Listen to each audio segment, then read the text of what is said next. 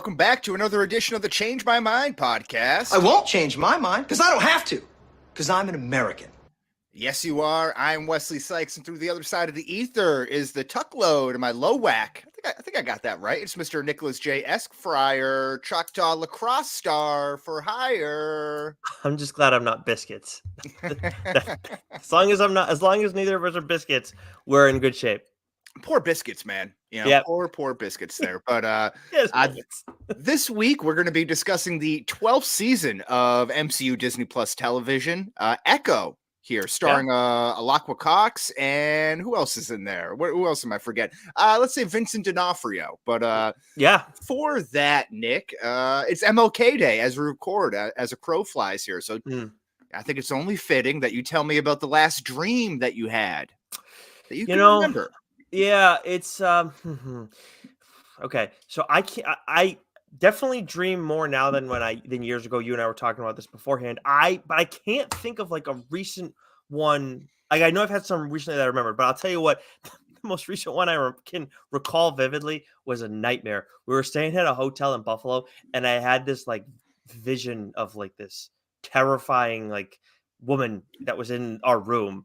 And I still don't know if I was asleep or not for that moment. It was. Do you get like sleep paralysis or anything? I've heard a lot of people say that. They're like, I get sleep paralysis, and I don't even know what that's like. I don't know if we've talked about this beforehand, but yes, I've gotten it twice in my life, and it is awful. It is. I thought it was like this interesting thing to experience when I first heard about it, and so I kind of tried to deliberately have it happen, because you can, and it didn't. It wasn't great. It wasn't great. That was actually, you want to talk about one of the more like vivid, awful experiences of like. So you're awake through that. Yeah. So basically, my eyes opened up. I think what it is your eyes, maybe your brain, like opens up before the rest of your body actually is awake. So I had like it was a hallucination. There's no other way to put it. Did you see like a Slender Man or something like that, or the Hat Man? I think the Hat Man's the popular one. I was at my parents' house. This was a while back. I was at my parents' house, and it was a shape, like a shadow, but like a shadow I could make out in the dark of night. And it was the figure looked like my father. Like, and it went. Man. I'm not kidding you. It went like that. Like I've never had like a concern about like my parents' house being haunted or anything like that. But like that's why I'd like had to be a hallucination, not a spirit. So, but it was terrifying. I think for sanity's sake, you got to say that, right? Yeah. So for sanity's sake, it's a hallucination. Yes, exactly. Yeah, no, that was terrifying. So those are two things that I like. Well, very much remember. Maybe I shouldn't say this because just like you said, it seems like a cool experience to, kind of have under your belt, because I never had anything like that. So maybe I shouldn't kind of like welcome those type of things into my life. But nope, I wouldn't recommend it. It sounds kind of cool. I don't know. It's a bizarre experience. I mean, I remember it very vividly. I also remember the second time, but I was trying to shake myself out of it. And again, I'm like basically like a fish out of water while I'm doing it. So, but I was like, nope. Like the second time I realized, like, nope, we're like, get out of this. And I tried, and I shook myself out of it, but it's not fun at all. Like it's like bizarre. If you sleep on your arm, if you fall asleep the wrong way and you're like your whole shoulder is asleep, is that kind of like what your whole body feels like? Have you ever had it where you slept on your arm to the point where like if you have to hold it up, otherwise it's just gonna drop on you? Yeah, kind of. I don't think to that extent, but I can feel that. Yeah, that's what I get for pitching as long as I did. But I get that sometimes. It's like that. Like I would have times where like my right arm falls asleep, and then if I don't like hold it up, it'll just drop on me. It's along those lines. It's bizarre. Because I don't dream. Okay. I'm sorry to hear that. Well, sometimes I do, but it's tough. It's like you wake up and like you try to recall things, and then like by 9 a.m. by your first sip of coffee or whatever, it's all kind of gone from your head. Yeah, no, that's fair. I do understand that. That's probably what happens to me more often than not.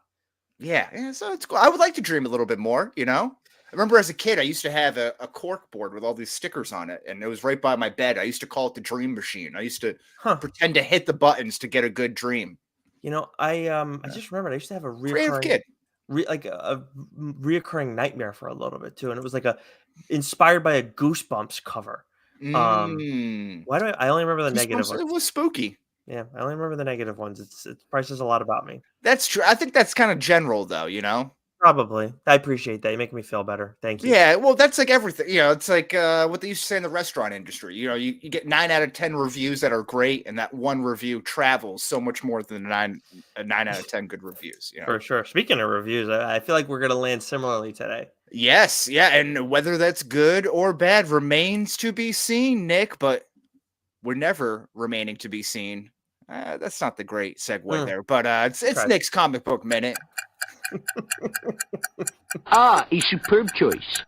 So yeah, a couple of big issues coming out this week, both from creators that we recently had on TLDR. From DC, we got the return of John Constantine Hellblazer. This 8-issue story is called Dead in America. First issue drops this week. This is from Cy Spurrier and Aaron Campbell, and we just had Cy Spurrier on the show. I think it was maybe even right before Christmas, but had a great chat with him. He'd done Constantine stuff back in I think in 2021 his run ended, and the pandemic unfortunately kind of had impact on a lot of different books, and that was definitely one of them. But it looks like since then it's done well in collected edition, so they're bringing that back. But I've already read the first issue, outstanding. Go check out that conversation with Cy. And on top of that too, from Image Comics, we got the 5th issue of Kill Your Darling. This is the start of the second half of this 8-issue story. Those guys just rejoined the show. That audio dropped on Monday, so plenty of stuff to listen to after you listen to Change My Mind. This week on TLDR, you will be getting a What's New stream, which may mean that even more is in the hopper on the way, but that's where we're at right now. I've seen a lot of people on the X-verse talking about a new Spider-Man comic and being pretty excited about that. Have you guys gotten to that yet, or is that in the hopper? It's Ultimate Spider-Man. And there's been a lot of hype around this for a while. And I don't know if I've explained this to you before, but Joe and I sometimes call dibs because, in the mainline episodes, right? So Joe called dibs on this. He's definitely more of the Spidey guy, but he said he absolutely loved it. And everybody I've seen talk about it has been absolutely gushing over the first issue. So, it's a funny timing. And like over the past month or so, there's been a lot of talks about like just, superhero comics are not good enough and blah, blah, blah. Well, I don't think all of them are perfect there. And there are some bad ones too, objectively. But there's plenty of good stuff. It's great to have this, like, bringing people back in because everybody seems united on this front about Ultimate Spider-Man. Spider-Man seems to be the great unifier. It brings Sony and Disney together. It brings everybody together. It saves the MCU. It saves the comic book industry. What can't Peter Parker do? He probably can't save Morbius. Maybe Mobius, but not Morbius. True. Or what do we got? Madam Web. Madam Web with her Ocean Spray commercial suit that's getting released there. I thought what that was is pretty that? funny. How seriously? How is that the reveal of the suit? That is insane.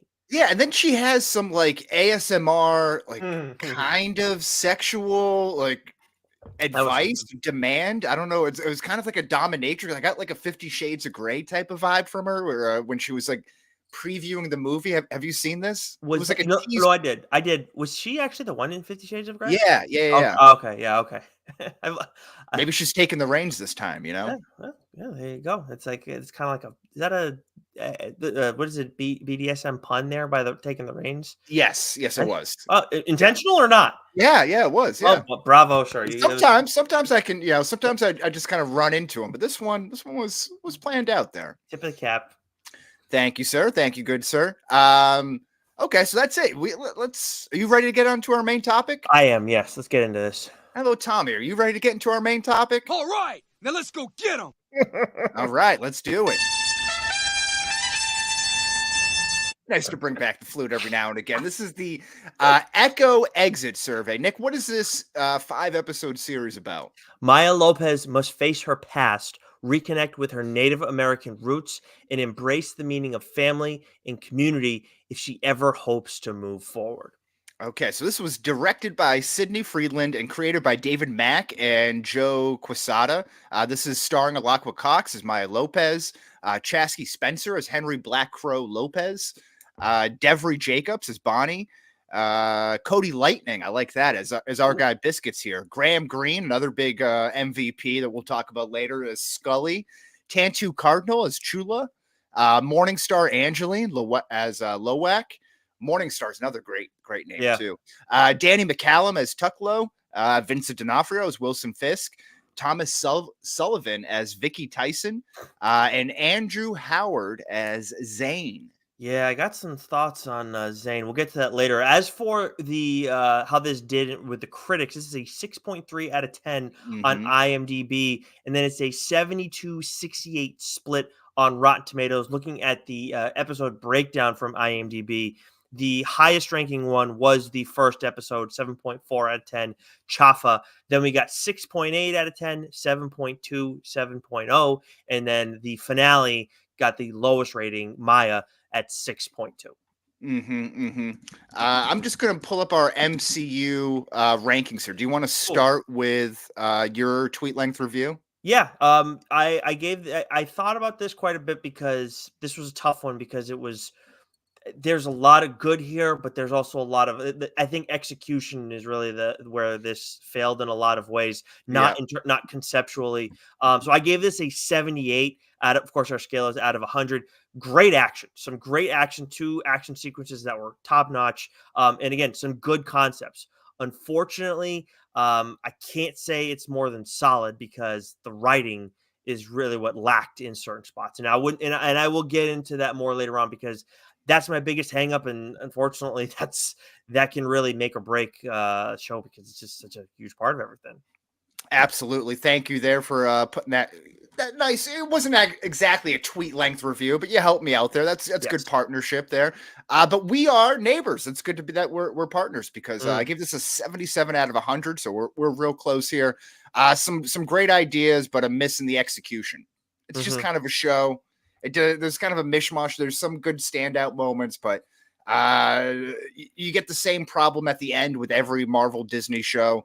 That's kind of clunky. They fall into another trope that they've been doing recently where they get this kind of nebulous type of powers where you don't really know what it is or what it does, but it's just light coming out of the body. That's getting a little bit tiresome. So, but they did some good, there were some good ideas, but I agree with it. The execution, which just wasn't totally there. Yep. So with a 77 and a 78, that's a 77 and a half on our CMM aggregate scores here. Let's see. Puts it at 39. Oh, yeah, I see there. Yep. So 39, just ahead of Captain Marvel and just behind Marvel's What If. This is missing What If season 2 on there, but it is. So this would be the 45th piece of content that we've gotten from Marvel, whether it's a TV show, movie, and apparently all the Netflix stuff is canon now. So I don't know.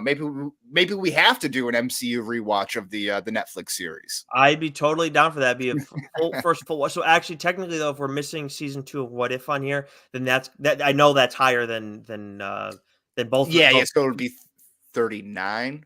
No, it'll be 40. Yep, this will be 40. Yep. Which, I mean, that makes sense. Again, like this has potential, but it's just there's a lot of ways in which it didn't execute. But moving on to the exit survey questions. Yes. While you, I don't know if you need to pencil that in or everything. No, we'll do that after the fact. Or we won't waste the people's time like that. What is your takeaway from Marvel releasing this in a one dump drop? So they've been, we talked about this last week with What If season 2, just kind of changing up some of the release formats here.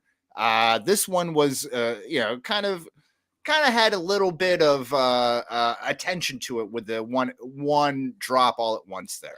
Yeah, I do think it was a smart move on their part. Just like I think with the what is it, the daily drops with What If that you were just talking about. I think that was also a smart move for a few different reasons with that show, but specifically with this one, it's solid. I think it makes it a little bit better because you're not waiting week to week, and some of the endings of the episodes aren't like, oh, it's a crazy cliffhanger. Like what's gonna like?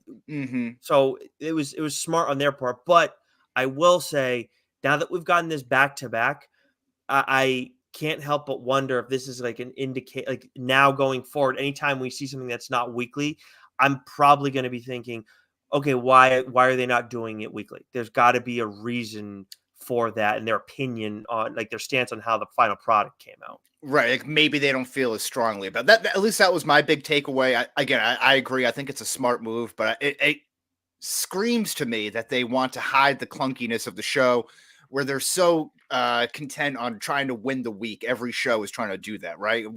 Across social media and just through the internet conversation and discussion around everything. They want to be able to stretch that out, that word of mouth, as far as they can go. Yeah. This feels like they just kind of wanted to dump everything, get it over with, move on, forget it ever happened, and then wait until Deadpool comes out. Yeah.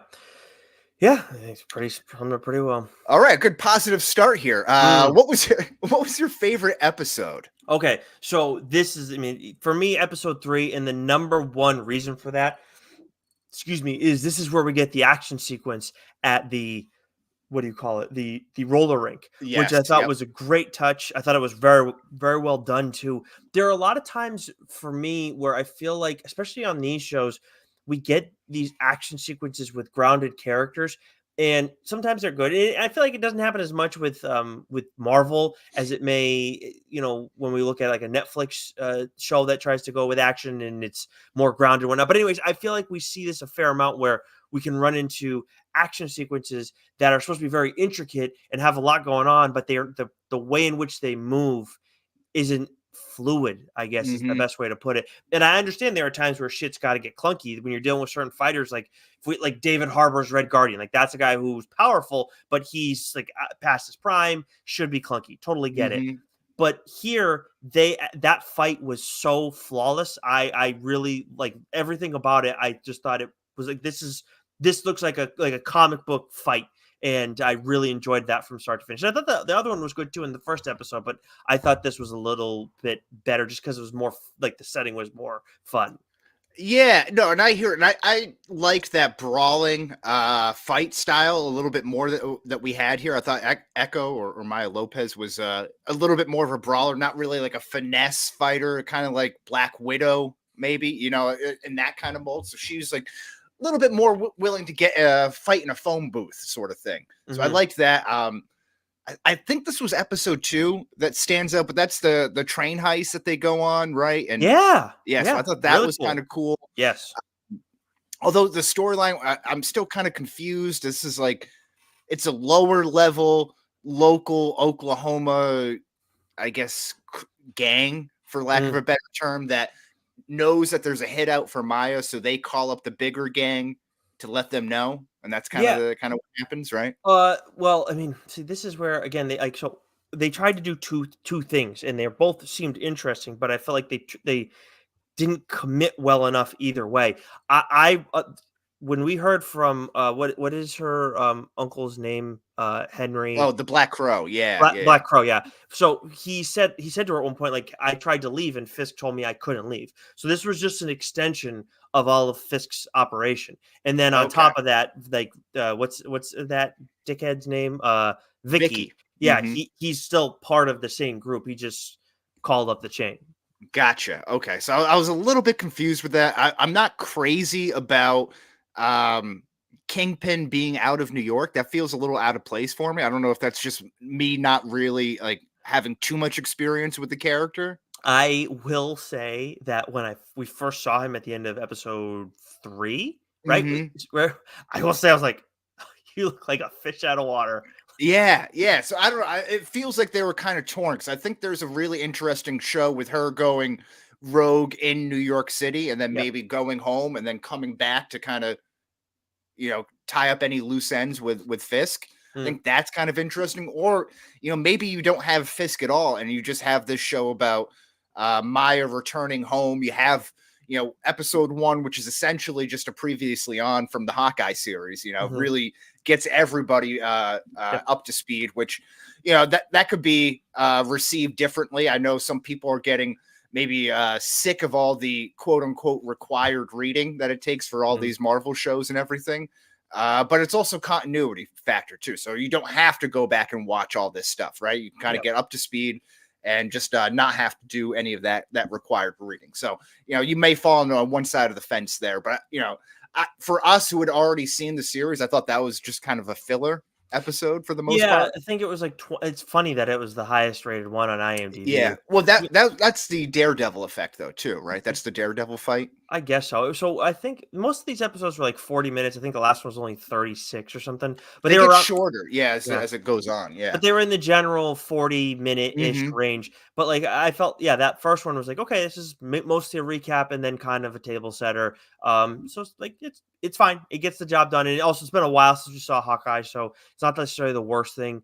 But yeah, it was like I am kind of surprised it was again, I know it's Daredevil, but that's why it's the highest rated. Yeah, and we could talk about Daredevil maybe a little bit later on in this survey here. But the other reason why I liked episode 2, again, the interesting concept of opening, the majority of every episode with one of Maya's ancestors, kind of Mm-hmm. going back there. So you're going back to like I don't know if it was, I forget what the date was, but you're going back to like 1300 Alabama, and they're playing that stickball, lacrosse, whatever you want to call it there. And I thought that was a really cool opening. Would have liked that to be a little bit more violent. I don't know much about Native American history, but I recall those like athletic events to be a little bit more brutal. Well, That's didn't they my say? memory. Yeah, they said that whoever lost was going to get banished. I think Hmm. so. Yeah, it would have definitely. And then when you bring in that like the ringer kind of, Well, that's what I mean. yeah, Yeah, you get the John Cena guy there. You get the Drax looking dude, right? So yeah, I was expecting him to be a little bit more violent, a little bit more brutal there. yeah. They But it was a played. cool scene though. That I did Yeah. like that. Yeah, it was good. It was a good addition to the story. But I hear you. Like they could have, especially with the way the show was. Like they had like when Vicky dies, that's pretty violent, especially for like the Yeah. character of Bonnie, who's like, Yeah, I absolutely. know she's an EMT, but it's still like I don't know. I feel like that's not that an EMT sees too often. Yeah, and right, and he just kind of like falls over, right, and his Yeah, head and then is the like blood's on the just other side. Yeah, yeah, dripping yeah. down his face. Yeah, it was that was well done. I mean, again, like there's some like we agree, like there's some really good moments in the show, but there's stuff that It's lacks all too. kind of disjointed, and it feels That's like, and what I had heard, I was listening to some reviews. I think this might have been on New Rockstars, mm, but they were saying that the two creators, Sidney Friedland and I forget the other one, maybe it was the David guy, David Mack, when they were mm, kind of going back and forth about, I guess they had differing ideas on how they want to approach this show. mm. So they kind of were shoehorning their ideas into kind of make one cohesive idea. And then obviously with the reshoots, I think this was supposed to be a 6-episode series. And then, yeah, I don't think they intended to have the Hawkeye previously on stuff in episode 1 as Mm. much. I think that kind of came back as maybe a note from Kevin Feige or production, like, hey, we got to do something here. So it feels kind of like it was like, maybe a hatchet job is too strong of a term, but like everything was just kind of like pieced together that didn't really fit. Yeah, I mean, so I mean, like I agree with you by and large because this is kind of where we're kind of starting to dip into what will age the worst because I'm going to say similar Mhm. things to you, but from a different lens. So I don't know if we want to jump there or hang for just a sec on that note. No, we'll hang back on that because what I will say about episode 3 that I liked, again, that same opening where you have that black and white Western with Yeah. what's her name there? Her ancestry. Tucklow. Okay. Yeah, because all the episodes are named after her ancestors. Little note Oh, there. So Tuckler, dumbass. and she wants to be one of like the light horsemen, and then she's got so it's cool. It's got like that black and white. It looks like it's on like a real projection screen that you kind of got to roll to play. How did I notice that? Jesus. So yeah, I thought that was another cool moment there too. Yeah. Before we get to what aged the best and the worst, though, this is going to be more of a solo question for you. How did Kingpin stack up to his Netflix Daredevil role? So I hear you on the note of like him being in Oklahoma seems odd. Like as you were kind of saying that note before, it was like, oh, it would be interesting. You probably could. It would have been better suited if you had like a not Bullseye because obviously we just saw him in the Marvel Netflix show. You don't want to bring too much over Sure. right away, but somebody like that would have been interesting to maybe see in the mix. As much as what you're doing with Kingpin is like he's very pivotal to the story in a lot of in multiple ways. So I hear that like him in Oklahoma does seem odd, but I feel like they also kind of kept him out of like the rural part and more in-house a lot of times Yeah, where yeah. I didn't really think of that note. But more importantly, the actual question of how did he stack up, I felt like it's the same guy the whole time. Like this is exactly what we got in the Marvel Netflix show. Nothing has changed with him. The only difference is now, instead of him obsessing over his wife Vanessa, now he's got it with Maya. I will say maybe he gave her a little more of a leash, a little more patience. I But would say. I mean, she shot her in the eye. Shot yeah, him in the eye. yeah, because like Yeah. he was amazing with Vanessa, but like, um, yeah, I don't.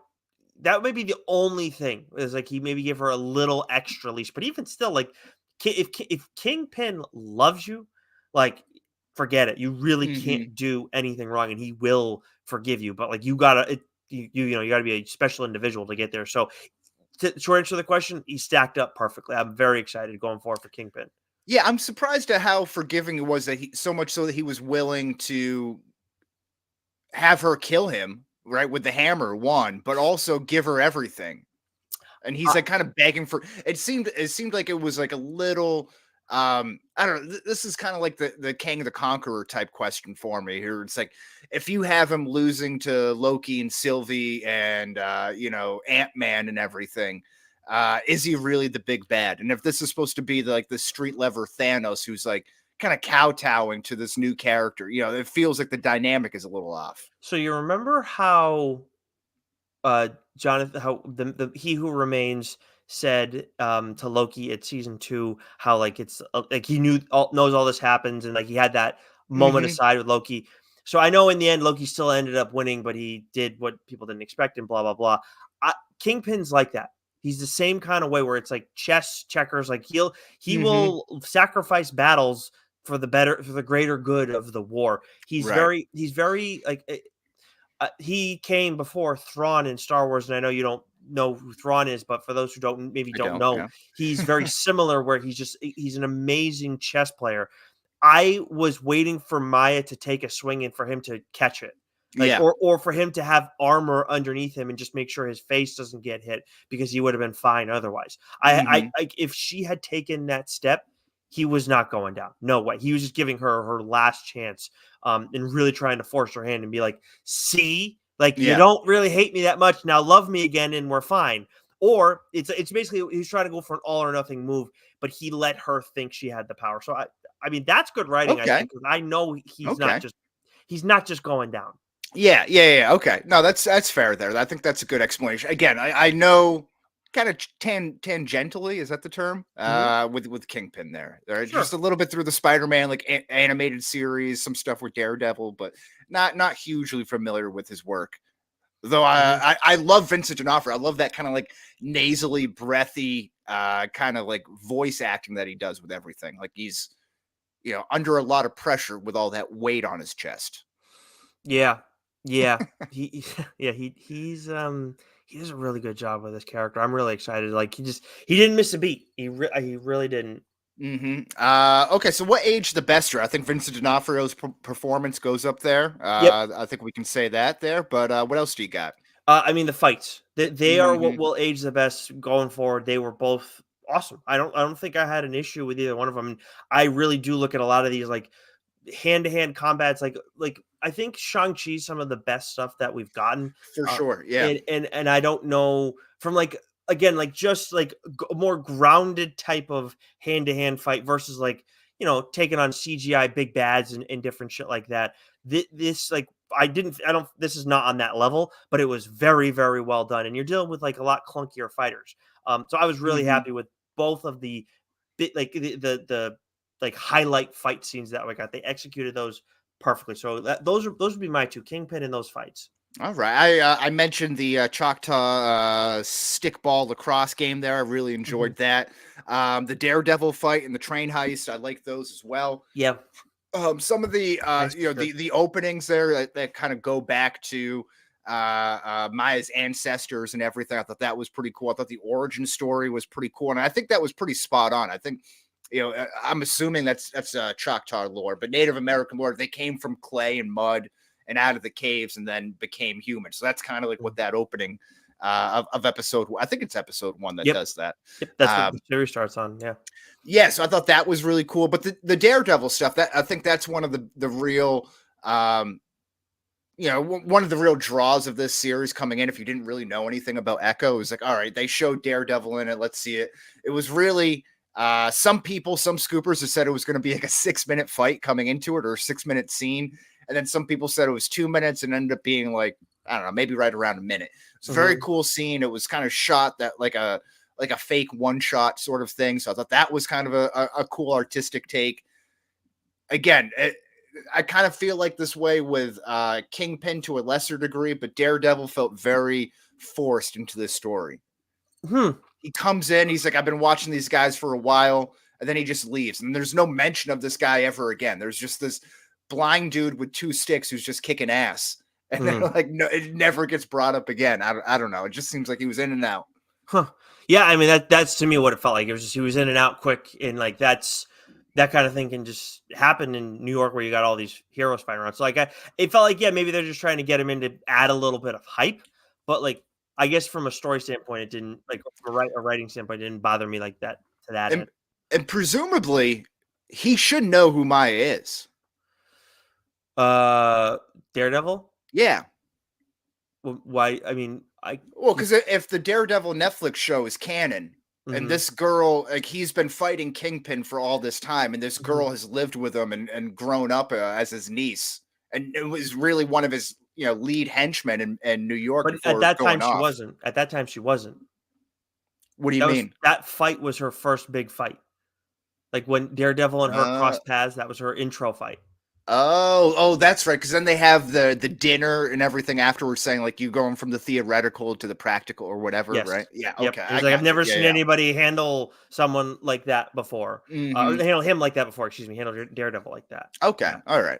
Yeah. But either way, that's another reason too why he's like giving her a million chances. Like, make no mistake about it. Like she's someone who's taken on Daredevil, where this guy's been however their like whatever their story is going to be, like as we learn more about Daredevil in the MCU, like he's still the thorn in Kingpin's side. So anybody who can hang with him is going to be a valuable asset. But you brought up the train heist, and that first of all, like it does age well in the sense of how it was done. But I want to move into what will age the worst from this season, because you talked about it before, the writing, and I know I haven't gotten into detail, but the heist really makes me think of it because we have this cool backstory that you've been talking about with the start of each episode, where we're meeting Maya's ancestors and these powerful women through the course of time, and then we also have this battle with Kingpin that she's kind of starting, and I felt like you have two like good ideas, 2 interesting ideas that I was like ready to learn more about with Maya's family history background. And we get stuff, but it like, again, you have the powers that it just like they like, I don't know. It felt like kind of nebulous to me the way they did it. I know that like sure. the grandmother addressed it in a capacity, like when she was giving childbirth, and she like these people, these ancestors help you in your moments of need. But it was just, something felt missing there. And then on top of that, the stuff with Kingpin, it just felt like, okay, we're going to have this like she's going to try and take down the, Kingpin's operation systematically. And she did a great job with the train scene. Like that was brilliant.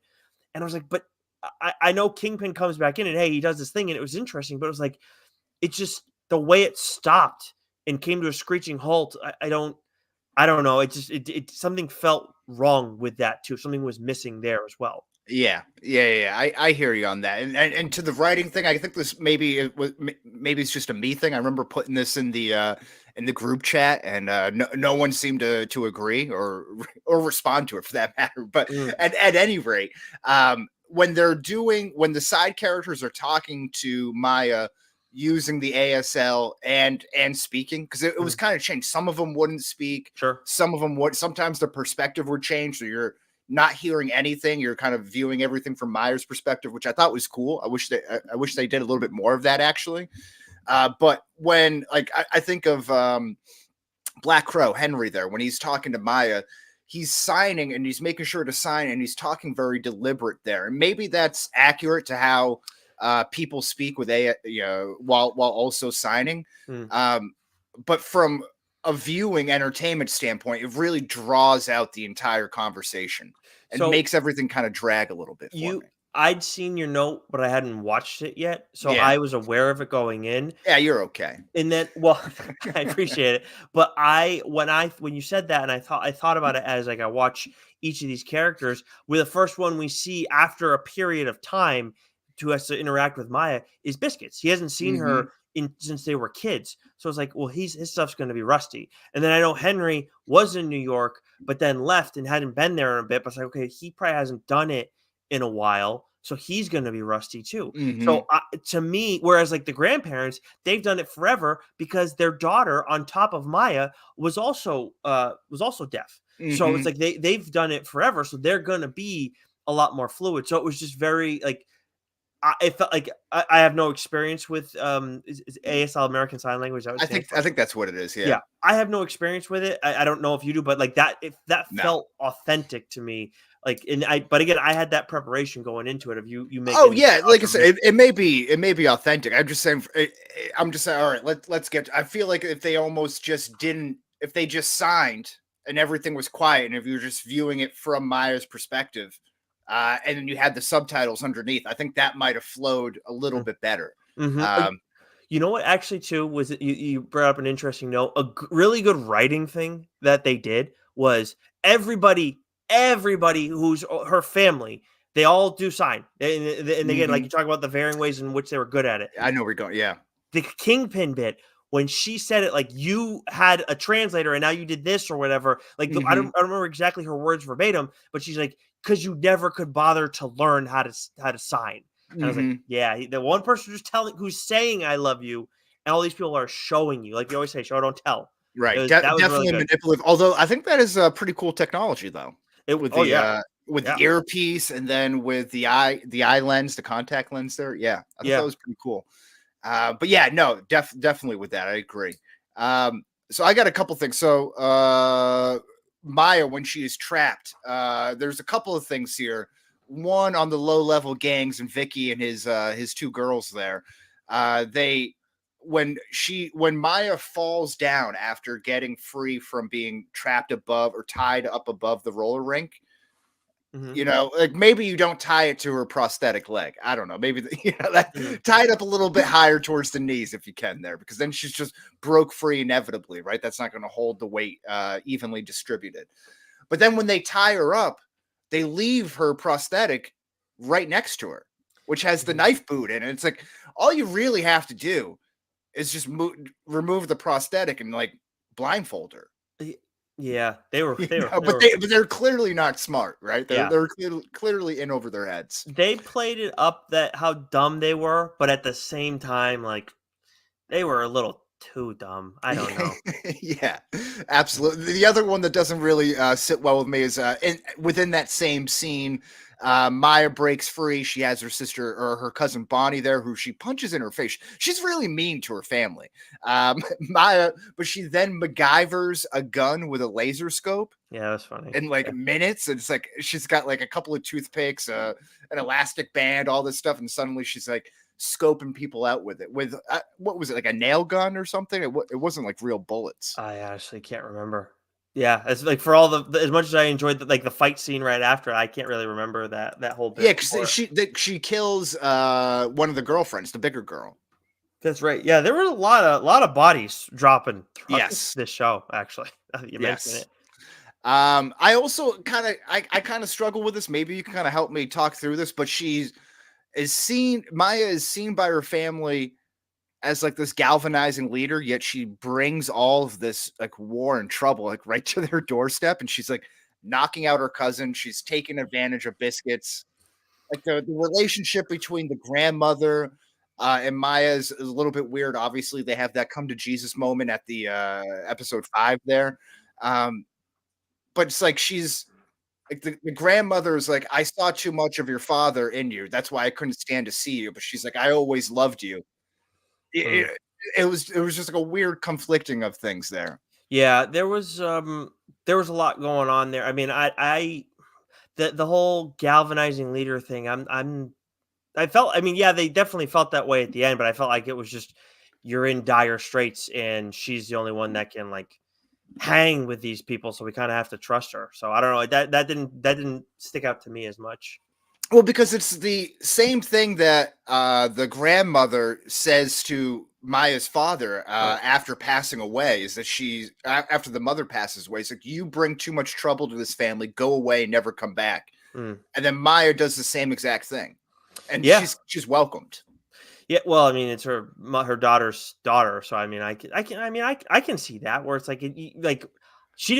she didn't want her granddaughter to leave originally, right? She wanted just him to leave. I thought it was just I don't know. Maybe that I don't I remember wasn't one way sure or on the that. other. It Yeah, you could be right. Yeah, yeah, but yeah. So I don't know. It was just a little off there for me. mm. Yeah. No, I can get that. Um, anything else there? What age the worst? No, I mean, I feel like a lot of the stuff that we're talking about too gets resolved by some tightening up on some of the writing because it just felt like too there was just some of the beats of the show were just like it was just off. Like the plot wasn't bad. The dialogue wasn't like didn't stand out like Hmm. poorly. So it's just But it's yeah. like you said, you get that Fisk storyline, you get the family storyline. They kind of put them together, and you really never get either fleshed out. Yeah. I You know, think you this, get I think if you, yeah, exactly. This is, we don't say it often, but like this show could have benefited from maybe another episode, like a little bit more, maybe or maybe Maya. just picking a lane too. You know, like Yeah. maybe you don't spend as much time with Fisk. Maybe I don't know, or maybe you downplay the family storyline, and it's more of like a solo independent thing between her and Fisk. Part of me wonders if you add one more episode where it's a little bit more of Maya taking down Fisk and maybe a little bit more of like figuring out the power stuff, and then we can maybe somehow get more information there. I wonder if you could flesh that out within those two episodes, within one episode, and focus on that, and then kind of just keep everything the way it's going. I feel like it wouldn't throw it off too much, but yeah, I'm not sure.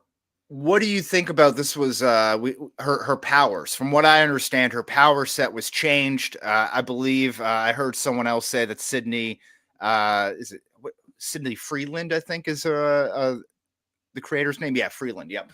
That she wasn't a fan of her powers that were in the comic books, which was Echo, because she couldn't hear anything, but her eyesight made her so she had such good eyesight that she could mimic any move that she saw, kind of like Taskmaster. So that was Mhm. like kind of echoing other people's moves there. So I think that's where the play on the name came from. But here, her ancestors are echoing to her, and she has some sort of a power set where she can move things. I guess get some sort of like force Mhm. power, and then she can also share it with her family members, Yeah. which was a little I don't know. But I think the whole thing with having like a street level hero and then having like such a, in theory, strong power set kind of defeats the purpose.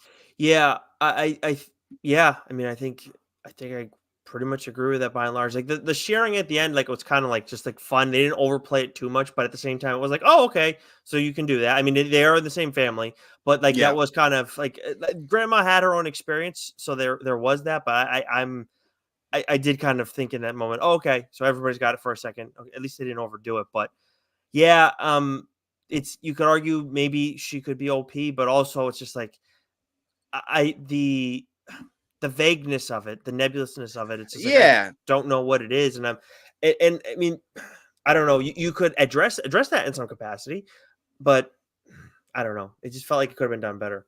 Well, it's like, we saw this with the Marvels, that it was a lot of like light force coming out of people's hands and shooting stuff. That's kind of Maria Rambo, that's Captain Marvel there. You can say that even for Doctor Strange too, right? That they're some of that stuff is just kind of falling thin. And when it's just kind of like what feels like force, or like a lot of air getting thrown at the opponent, it's not like Hmm. flesh cutting. It's not like internal wounds that you see. You know what I mean? They just kind of get back up and start fighting again. Like you kind of lose the effect of it. Yeah, yeah. No, that's fair. I think that is fair. I think what my thing with this though is like really we know we have a pretty an understanding at least of what like Photon, or Monica Rambeau, however you want to put it. Yeah. Captain Marvel, Kamala Khan, Strange. Like we have an understanding of what these people can do. I mean, it's Yeah. just it's with Echo. It's just like kind of it feels like it's a rough draft version of her powers. And I get she's just dealing with them for the first time. Mm-hmm. And also like if she goes to New York, she's probably not gonna have this. So that's a Oh, whole other it's close thing. to the source. Oh, Yes. that's interesting. Yeah. So like, and I mean that but again, like that's not said. It's only like, oh, you came back and now you're experiencing it. Mm-hmm. So Mm-hmm. I don't know. It's like again, it's just there's a lot of it's just not tight. Like the storytelling on it. That's just what it comes down to. Again. I agree. But you know who was tight though? Best performance by a side character. Our guy Scully, the grandfather, Yeah. the ex-husband of Chula, the grandmother there. Yeah. He's great. He can fix anything. Yeah. He's trying to pull fast ones on the suburban white couple that come in. That was funny. He's like, Yeah. buy this now, or Yeah. whatever he's humming there. That you know? was the chant. It was buy this now. It was great. He was awesome. Yeah, and he was like hitting on his ex-wife too. I love the game. Yeah, I love he the was game. awesome. He was definitely like you had two characters that were here as like some semblance of comedic relief, Mhm. and he thrived very much so in that role. Would you call Fisk a side character? No, he's too. I mean, he's not. No, I wouldn't call him a side character. Yeah, okay. No. I think the other one that you can nominate, you alluded to him, was Biscuits, but I wasn't high on Biscuits. Biscuits was fine. I mean, I felt like I thought they were going to do a lot more with them, and then it was like, like if you go too far with this guy, I might be out on Biscuits. So it's like they stopped right when they needed to. Yeah, when you talk about the MCU formula, he is his role is the formula there. It's kind of like the dopey sidekick family member who can't get anything right, but it's just there for comedic. It's the Happy Hogan type. Yeah, Michael Pena type. Yeah. They desperately want. I don't know if they can get Michael Pena back or not. I don't know what else he's doing, but like they're probably trying. Like they probably want to try and get more of that in the MCU. Yeah. So when you talk about Biscuits, that role there's always going to be that role in the MCU movie, right? Yeah. So he's in Who Lost the Series for you? I think so. I thought, again, that just felt like it was a thinly veiled move. Like, all right, we need to have this guy here. We'll make him the dopey sidekick, right? Mm-hmm. But the other one was Black Crow, because he's hiring the bad guy, Vicky. Anyone who has neck tattoos is a bad dude. Yeah, well, I mean, he was in the same gang. He's just he did lose though. I mean, like he said it. Like we trusted him. Yeah, exactly. Like you trusted this guy, and he ended up pulling a faster on you. The one for me who lost this series was Zane. Not because of anything. It is maybe more the actor who played Zane. He looks scary. He looks like the real deal. Andrew Howard, who I've seen in other shit. I looked at his filmography. I can't put I don't know if he played Zaz somewhere. Victor Zaz was a Batman villain. Mm-hmm. Yep. I think he did, but like I've seen him in stuff before. Like he does a good job, but this just, I don't know. I don't know. It felt off. He felt, like again, I mean, maybe it's just like the writing was just sloppier on the character, and he was like restricted in a way, but it wasn't very clear. He felt like he was supposed to be a loose cannon, but he also wasn't. And we've seen that kind of stuff before, where someone's like, they're ready to go, but like when the boss says like heal, they heal. But it's just something was off with him as well too for me. Yeah, his dialogue may have been bad. Actually, he may have had the bad dialogue of worst of anybody. It didn't, and he's the Tracksuit Mafia, right? That's what they are. I don't think he was part of that. No, I mean like part of the larger Fitz, outfit, but not that specific. Gotcha. Because if that was, I was kind of operating under the assumption that this was still the Tracksuit Mafia. Maybe they weren't wearing it there, but from Hawkeye they were so jovial and kind of dumb and like Three Stooges like, and these were a little bit more ruthless. Yeah, this shit's dark. Like this was definitely a dark series, and I did appreciate the atmosphere that we had throughout all this for sure. Absolutely. There. Who do you think won the series? Speaking of dark and atmosphere, I think fans of Marvel Netflix, because while this series is not like a rip roaring success, I do think that there are like the atmosphere that we had in this is a welcome return. You see Charlie Cox, and he comes in, and it's only for a short bit, but he did an awesome job. And again, like seeing Kingpin have a prominent role in this story, and Vincent D'Onofrio doing his thing, like did a great job. And then we see the plan for him at the very end of this series. And I think that should have been in what age the best too. Like we said, Yes. Kingpin's Yep. performance. Absolutely. But Yep. I think what's going to age the best too is Kingpin's standing in the MCU. We already know he's going to be like the Thanos for street level, and it's very appropriate. And the storyline that we're supposed to be getting with him, it was an outstanding comic book run that's actually not that Is old. that Devil's Reign? Devil's Reign, yep, and it was by Chip Zdarsky, who's Oh, I it's your think guy. I think we had him on ahead of Devil's Reign or just after Devil's Reign. I can't remember, but yeah, we had him on TLDR. It does an awesome job. So I really hope he's part of like that project. I don't know if he will be, but he absolutely should, because he knows that character so well. Both of them.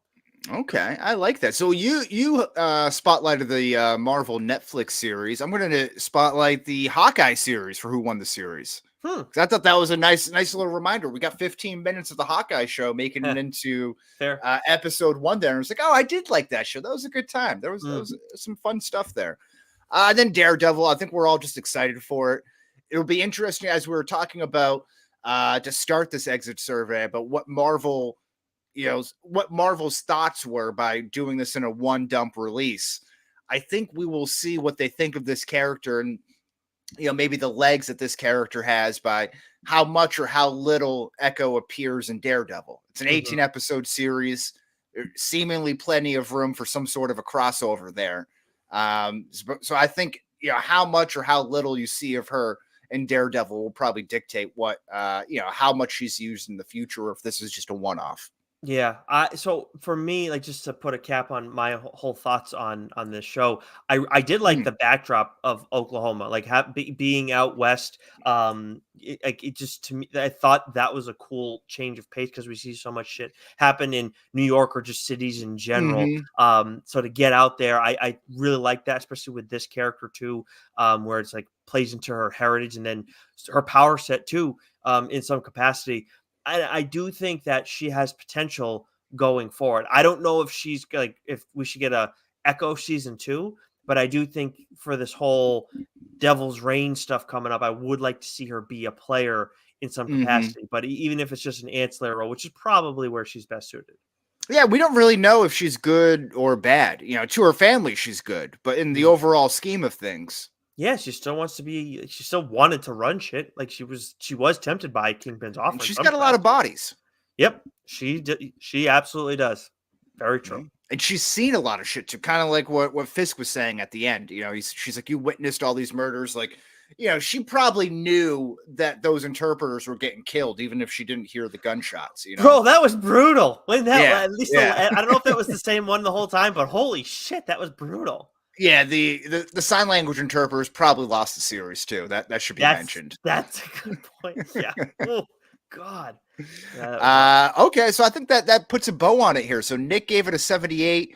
I gave it a 77. That's good for a 77.5. Good for 40th in our CM MCU rankings. Out of 45 pieces of content here. Crazy. So that's it there, but we still have time to get your tickets for the Discharge Depot.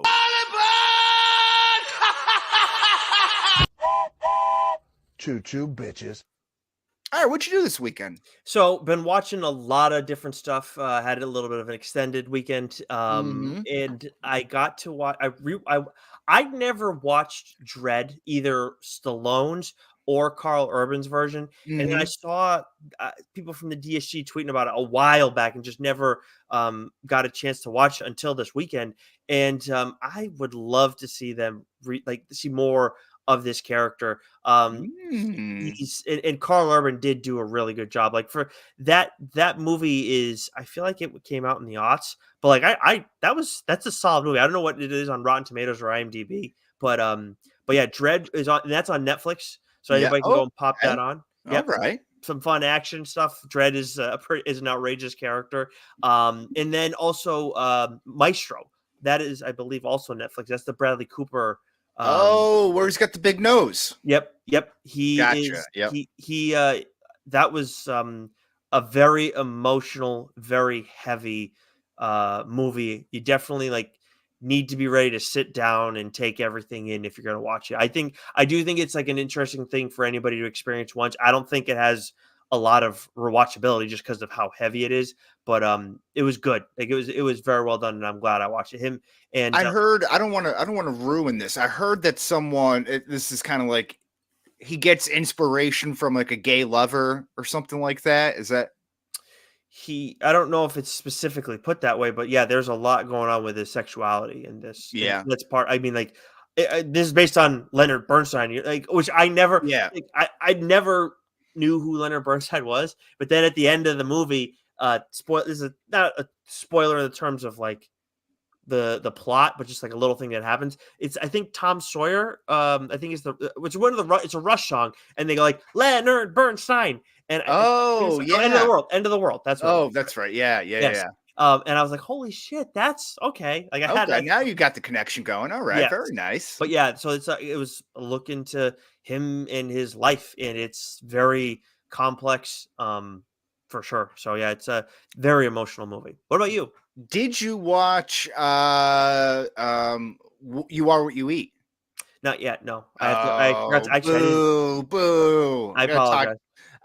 No, I watched School of Rock last night on Netflix. I haven't watched that movie, God, in forever. 2003, Jack Black. My wife hadn't seen it. I was like, you will love this movie.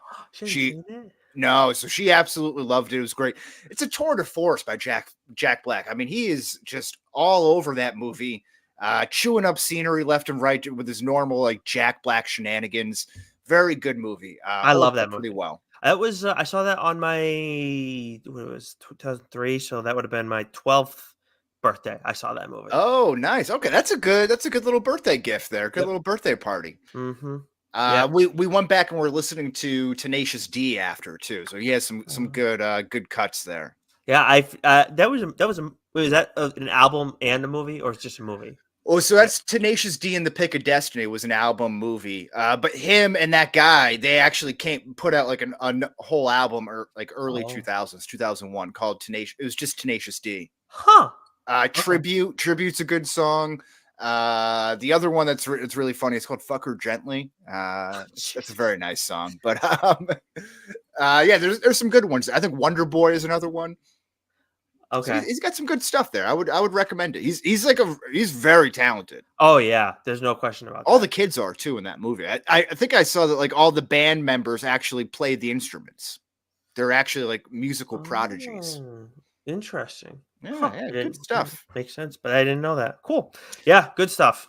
So next week here, Rebel Moon. So we found out, by the way, I don't know if you saw this, but I saw this on internet that on the internet that Snyder is saying the rated R cut of, I don't know if it was the first Rebel Moon or both the part 1 and part 2, because we're getting that in April. That's all coming out in the summer, the rated R version. Oh, boo. Yeah, boo. so I don't like I'm down to do that if you still want to do it, still want to watch it. The PG-13 version, I guess. You cool with it still? Yeah, I guess so. Yeah, we'll do that. That works. I got nothing else that would work in the moment. Maybe if we're truly inspired by something during the week, we can shift gears. But I think that's something good to plan on. In the meantime, would you? The other idea I had, you just brought it up, and when you asked if I've watched it yet, is do you wanna do You Are What You Eat? Or would you rather Rebel Moon?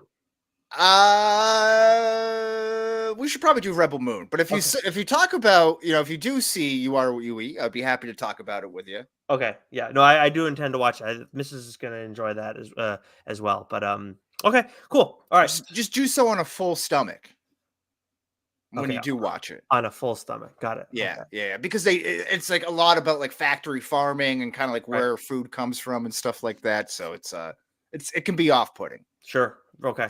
Right. But hopefully Rebel Moon won't be off-putting. We'll give that a go. PG-13 or bust. We'll find out.